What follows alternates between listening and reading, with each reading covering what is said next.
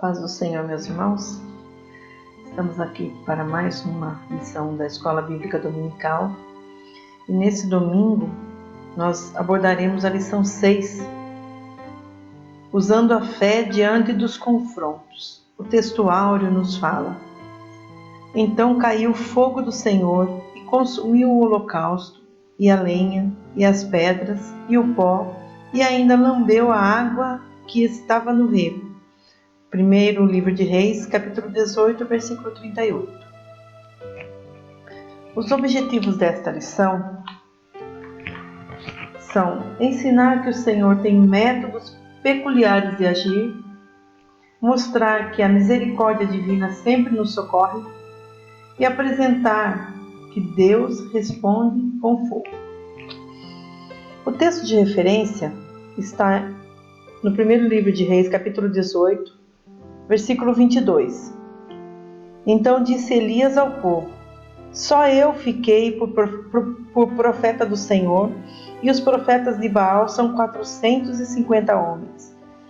Deem-se-nos, pois, 2 bezerros, e eles escolham para si um dos bezerros, e o dividam em pedaços, e o ponham sobre a lenha, porém não lhe metam fogo, e eu prepararei o outro bezerro, e o porei sobre a lenha, e não lhe meterei fogo. Então invocai o nome do vosso Deus, e eu invocarei o nome do Senhor. E há de ser que o Deus que responder com fogo, esse será Deus. E todo o povo respondeu e disse: É boa esta palavra. O versículo 39. O que vendo todo o povo, caíram sobre os seus rostos e disseram: Só o Senhor é Deus. Só o Senhor é Deus.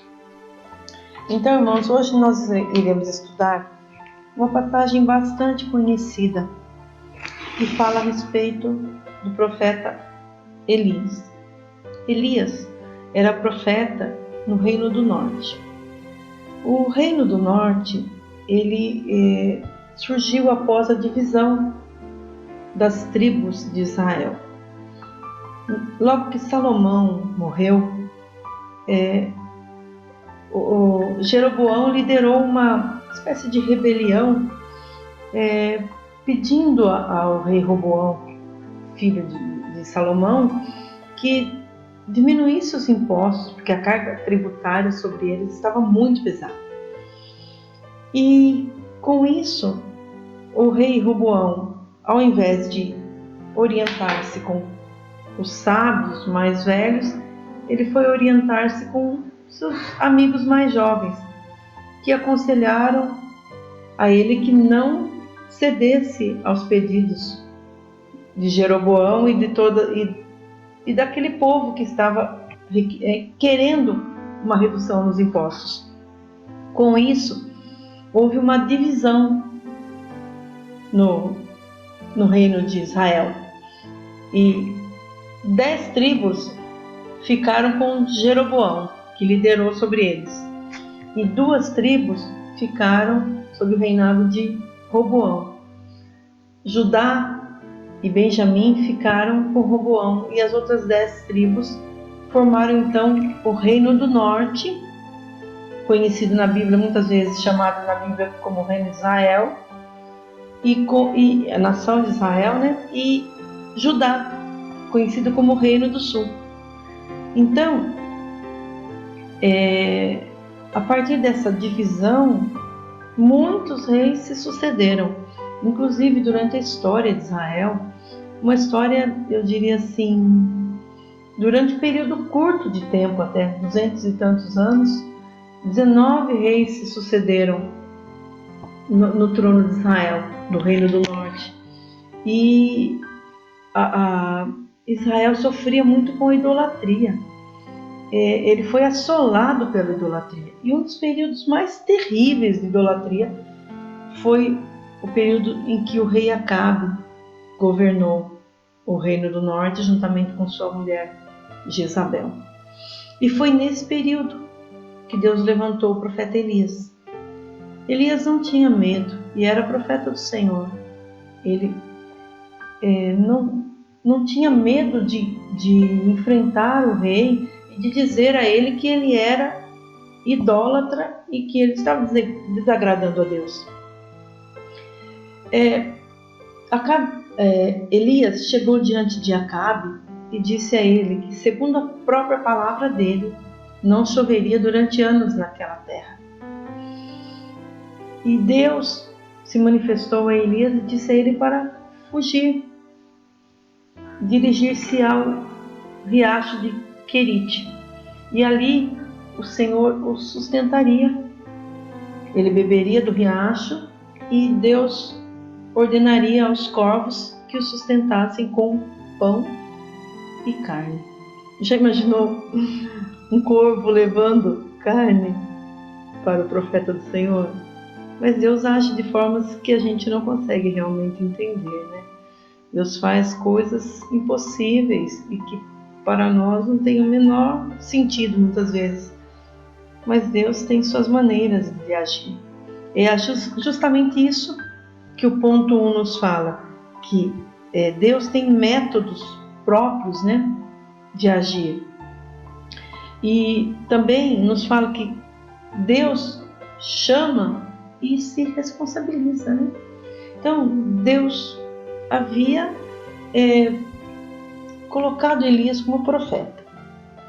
Então, Deus cuidaria de Elias.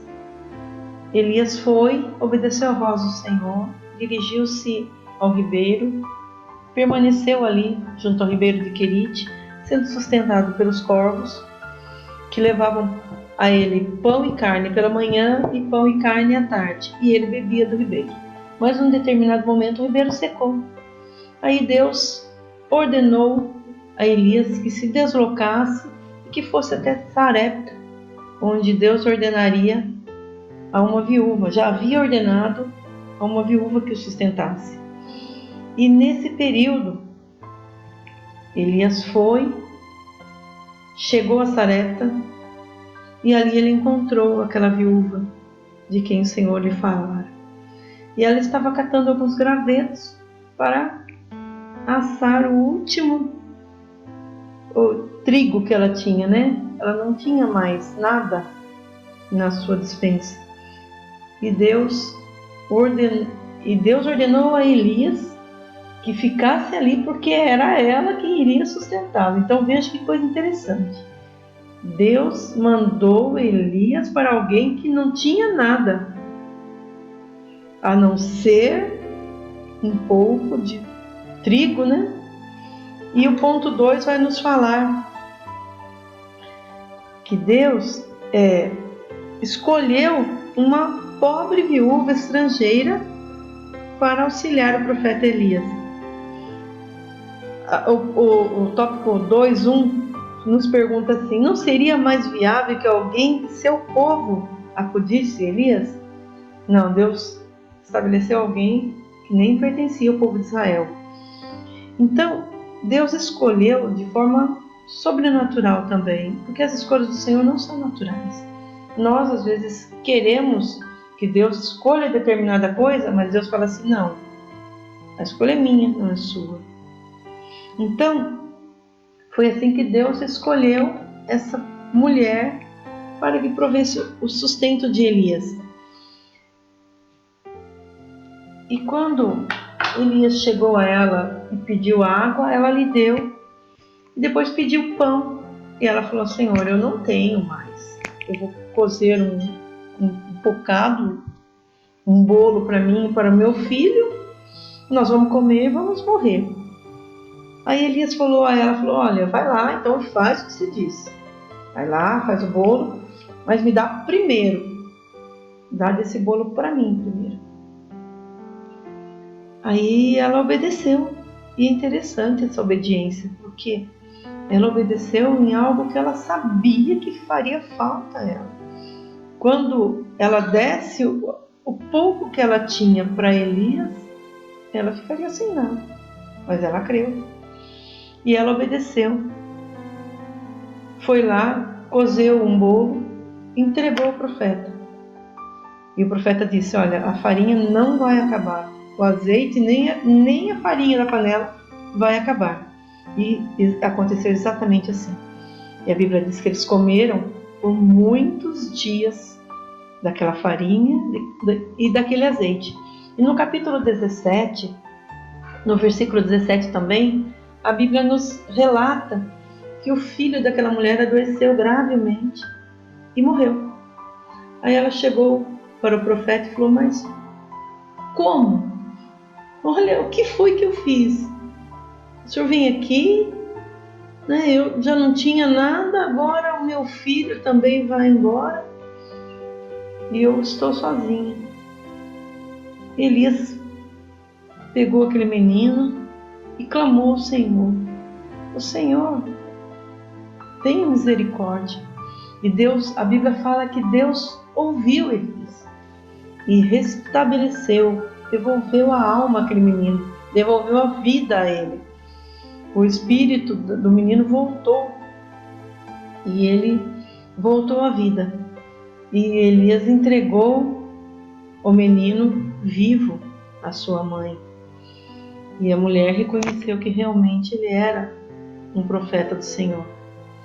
E logo em seguida Deus chegou a Elias e disse a ele para que ele fosse para o rei Acabe, saísse de onde ele estava e voltasse e falasse com o rei Acabe e anunciasse que haveria uma abundante chuva.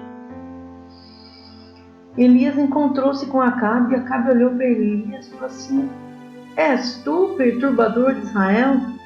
Elias falou: não, eu não estou perturbando Israel. Quem está perturbando Israel é você, com as suas idolatrias, com as suas prostituições. Aí Elias mandou que Acabe fosse e reunisse todo o povo de Israel e os 450 profetas de Baal e os 400 profetas de Azera. E aí ele propôs esse desafio: olha, nós vamos pegar 2 animais, vamos parti-los, colocá-los no holocausto, e o Deus que responder com fogo, esse será o Deus verdadeiro. Antes, no capítulo 18, versículo 21, Elias pergunta ao povo: até quando cocheareis entre 2 pensamentos? Se o Senhor é Deus, segui-o, mas se Baal é Deus, segui-o. O povo, porém, não lhe respondeu nada. Então Elias via que aquele povo estava envolvido em profunda idolatria.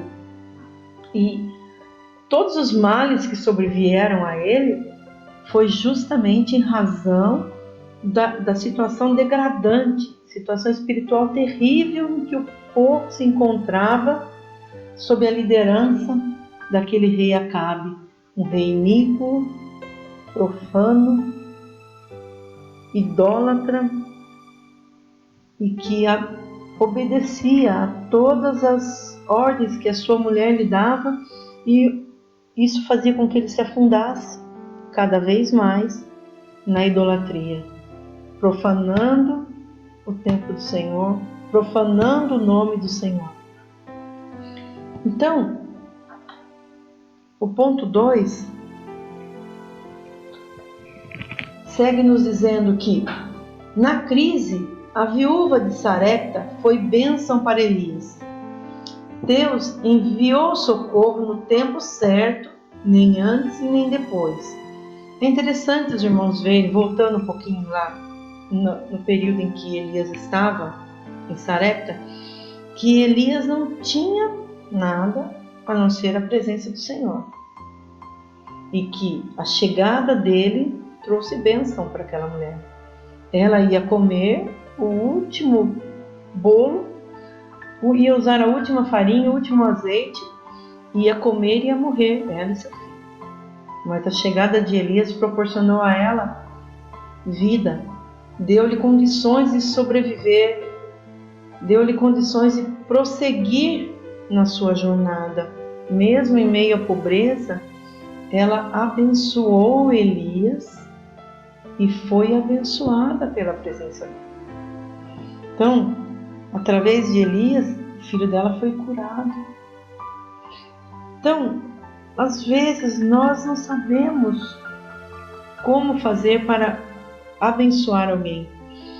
Mas a presença de uma pessoa que confia no Senhor, ainda que ela não tenha bens, ainda que ela não tenha dinheiro, ainda que ela não tenha bens materiais, apenas a presença e a palavra temperada de um servo, uma serva de Deus, pode trazer grande bênção a quem a cerca, a quem o cerca. Então, irmãos, não ache que porque você não é rico, porque você não tem dinheiro, às vezes não tem um emprego, está passando por grande necessidade, por grande dificuldade, que você não tem valor e que a sua presença não faz diferença. Você sendo servo do Senhor, onde você estiver, você levará consigo a bênção do Senhor e abençoará aqueles que te cercam. Então, tenha essa convicção. Quando tiver uma palavra para dizer a alguém, diga sem medo. Se o Senhor está na sua vida, se o Senhor orienta os seus passos, com certeza você terá palavras de sabedoria para alguém. E às vezes alguém ao seu lado, perto de você, vizinho seu, colega de escola, colega de trabalho, está necessitando muito dessa palavra de bênção, dessa palavra de sabedoria. Bênção que eu falo, irmãos, não é bênção material. Olha, eu te ofereço, Deus vai te dar a chave do apartamento, de um carro. Não é essa bênção que eu estou me referindo. É a bênção do consolo, é a bênção do conforto, é a bênção da esperança. Porque muitas vezes pessoas com muito mais condições financeiras que nós estão desesperançados. Não têm onde recorrer, não conseguem dormir. Eu me recordo uma vez que eu ouvi uma ilustração da parte do pastor Josias Aristides. E ele disse que ele esteve num apartamento de uma mulher muito rica. E ela solicitou a presença dele e ele esteve lá para orar por ela, pela família. E ele olhou aquela sala e ele viu a mobília, os quadros, aquilo era muito suntuoso, muito rico, ela era muito rica e havia muito luxo ali. Ele olhou em volta, ficou admirado e falou: nossa, muito lindo o apartamento da senhora, né? E ela falou: olha, eu daria tudo isso por uma noite de sono. Então, essa ilustração é apenas para lhe mostrar que você muitas vezes deita e dorme, e olha que para te acordar não é fácil, né? E você nem percebe que isso é uma bênção. O seu sono tranquilo é uma bênção que o Senhor te proporciona. E às vezes você nem valoriza, eu não valorizo. E muita gente abastada, com muito dinheiro, não tem uma noite de sono tranquilo.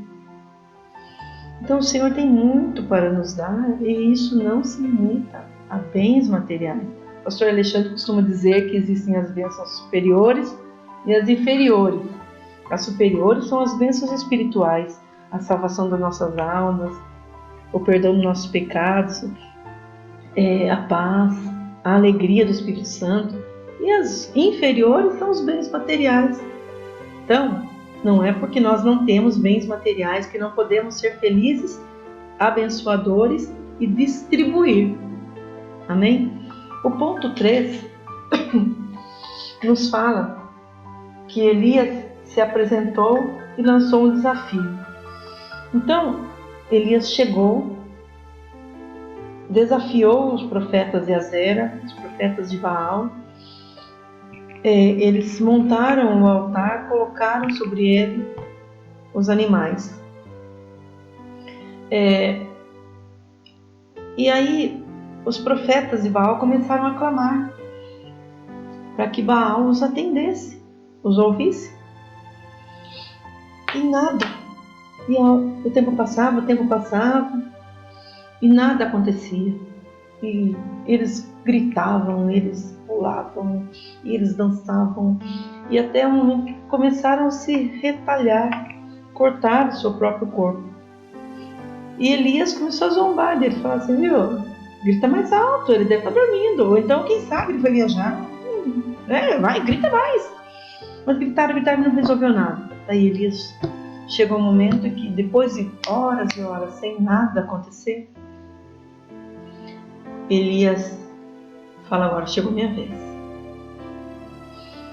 Foi lá, primeiramente reparou o altar. O que isso traz para as nossas vidas? É que Deus não pode operar um altar que esteja destruído, que esteja sujo. Então o altar da nossa vida tem que se preparar primeiramente para a bênção do Senhor. E às vezes a bênção do Senhor não chegou ainda porque alguma pedra do seu altar pode estar fora de lugar, né? Às vezes no meu altar falta alguma coisa. Eu preciso reparar esse altar perante o Senhor para que a bênção dele chegue até mim. Elias foi lá, reparou o altar e pediu que jogassem muita água, muita água, muita água. Acredito até que o povo deve ter ficado bem bravo. Nossa, seca, o gado morrendo, a gente não tem água. E esse rapaz aí fica destruindo, jogando a nossa água fora. Mas Elias encharcou onde podia encharcar. E aí ele clamou ao Senhor. E não precisou pular, não precisou espernear, não precisou gritar. Ele apenas clamou ao Senhor, pedindo a Ele que respondesse. Porque ele sabia que Deus era um Deus que respondia às orações. Diante disso, Deus imediatamente mandou fogo do céu. E a palavra do Senhor nos relata, né?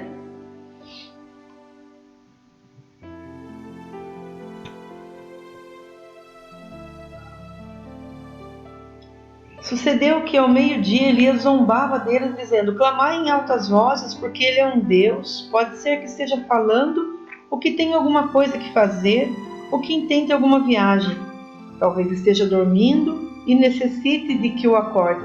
E eles clamavam em altas vozes, e conforme o seu costume se retalhava com facas e com lancetas até correr o sangue sobre eles.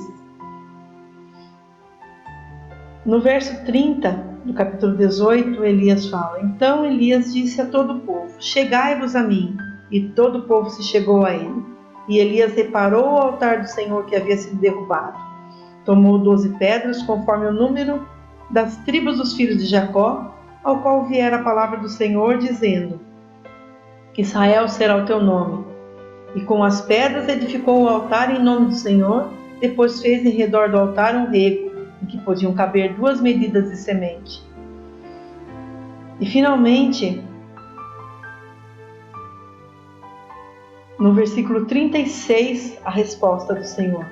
Sucedeu, pois, que sendo já hora de se oferecer o sacrifício da tarde, o profeta Elias se chegou e disse: ó Senhor Deus de Abraão, de Isaque e de Israel, seja manifestado hoje que tu és Deus em Israel, e que eu sou teu servo, e que conforme a tua palavra tenho feito todas estas coisas. Responde-me, ó Senhor, responde-me para que esse povo conheça que tu, ó Senhor, és Deus, e que tu fizeste voltar o seu coração. E então caiu o fogo do Senhor e consumiu o holocausto, a lenha, as pedras e o pó, e ainda lambeu a água que estava no rego.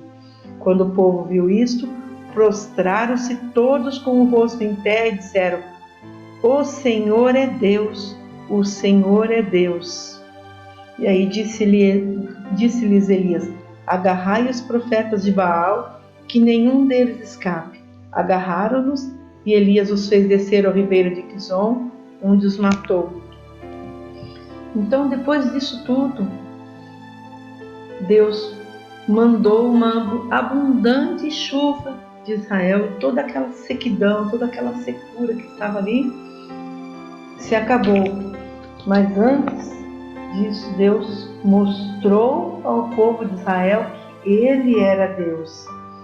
Então, a resposta de Deus veio quando o altar de Deus foi restaurado. Então, irmãos, O ponto 3.3 nos fala: o altar restaurado, a glória de Deus e a abundante chuva. Depois de mostrar o seu grande poder diante de todos, e Elias acabar com todos os profetas idólatras, o Senhor ainda tinha mais bênçãos a oferecer. Então disse Elias a Acabe: sobe, come e bebe, porque ruído há de uma abundante chuva. Primeiro livro de Reis 18:41. Isso demonstra que a idolatria instalada em Israel impedia a ação de Deus. Há, portanto, boas razões para termos a certeza de que quando o Senhor decidiu sobre o retorno de Elias a Israel, o triunfo já estava garantido. Contudo, para a vitória ser completa, primeiro era necessário haver conserto. Então, irmãos, a partir do momento em que nós colocarmos toda a nossa vida diante do altar do Senhor e nos dispormos a servi-lo com o nosso coração aberto, certamente as bênçãos do Senhor virão sobre as nossas vidas. O céu se abrirá e o Senhor enviará o socorro no momento certo. A conclusão nos diz: vencer as provações é uma prerrogativa dos verdadeiros adoradores. A vitória de Elias comprovou que de fato o Senhor é Deus Todo-Poderoso e, portanto, merecedor de toda adoração. Ele luta e vence todas as nossas batalhas. Então, irmãos, possamos aprender com essa passagem bíblica, com a história de Elias, que serviu o Senhor em um período de muita adversidade, de profunda idolatria, onde todos se levantavam contra ele. Ele foi perseguido, os profetas do Senhor foram mortos por Jezabel, mas ele não desistiu de servir ao Senhor, ele não se intimidou. Então, que possamos, mesmo na época, nesse tempo de adversidade, que possamos prosseguir. Não desista de servir ao Senhor, ainda que a situação seja contrária. O Senhor vai recompensar. O Senhor tem bênçãos para a sua vida. Confie nisso. Que o Senhor Deus abençoe a cada um, abençoe o seu lar, que o seu domingo seja muito abençoado, muito feliz e que você esteja reunido com a sua família, adorando, servindo ao Senhor Deus. Amém? Que Deus abençoe a cada um. Tenha um bom dia na paz do Senhor Jesus.